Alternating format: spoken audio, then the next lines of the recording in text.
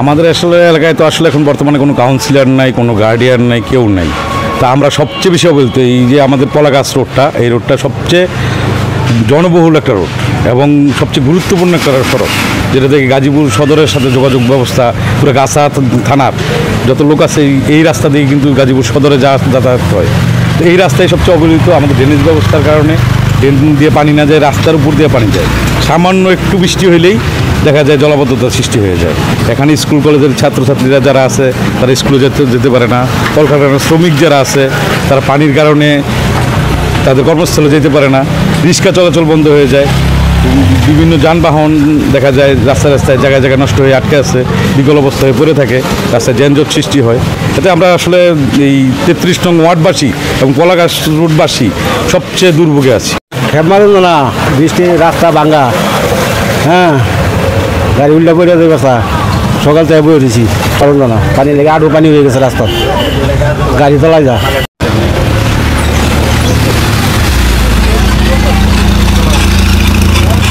স্কুলে যাইতে অনেক কষ্ট হয়, স্কুল ড্রেস পরে যাওয়া যায় না, অনেকে আবার গাড়িতে যায় না, তো ওদিক দিয়ে হাঁটতে অনেক সমস্যা হয়।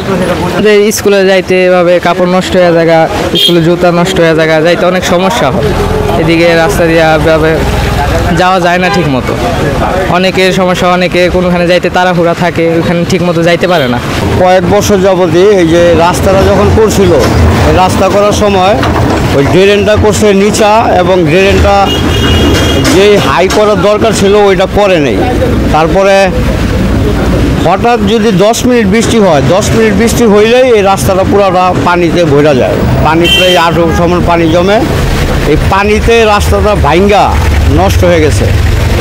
পানিতে রাস্তাটা ভেঙে নষ্ট হয়েছে। এখন রিফারিং কাজের জন্য আমরা অনেক চেষ্টা কইরা এই রিফারিং কাজের জন্য লোক আনছি, আনার পরে কাজ ধরছে। এখন কাজ ধরার পরে ড্রেনটা যদি ওচা না করে, ড্রেন ওচা না করলে এই রাস্তা এইরকম থাকবে সবসময়।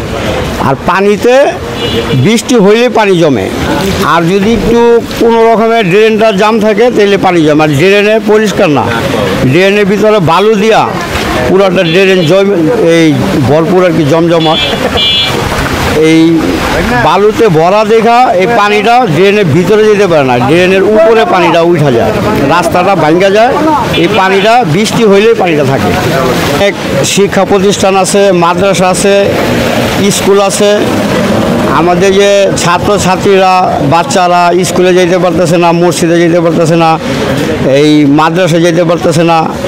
বাচ্চারা একটু বৃষ্টি হইলে ঘর থেকে বাইরে যেতে পারে না। এই পানিতে কীভাবে স্কুলে যাব, কীভাবে মাদ্রাসায় যাব, এই আর কি। আমরা আসসালামু আলাইকুম, আমরা গাজীপুর সিটি কর্পোরেশন 33 নং ওয়ার্ডের একজন বাসিন্দা।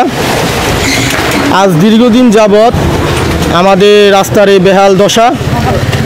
বিশেষ করে আমাদের ড্রেনেজ ব্যবস্থা খুবই নগণ্য, যার কারণে সামান্য বৃষ্টি হলে আমাদের এই রাস্তায় পানি হয়ে যায় হাঁটুসমান।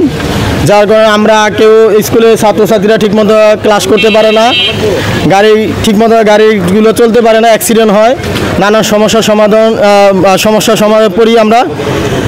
এখন এই উত্তরণ থেকে বাচ্চার একমাত্র আপনাদের প্রতি আমরা দৃষ্টি আকর্ষণ করছি, যারা এই রাস্তাঘাটের নিজস্ব দায়িত্ব ছিলেন এবং যারা প্রকৌশলী ছিলেন, তাদের প্রতি আমাদের দৃষ্টি আকর্ষণ করছি অতি শীঘ্রই আমাদের এই সমস্যার সমাধান থেকে একটা মুক্তির ব্যবস্থা করে দেওয়া।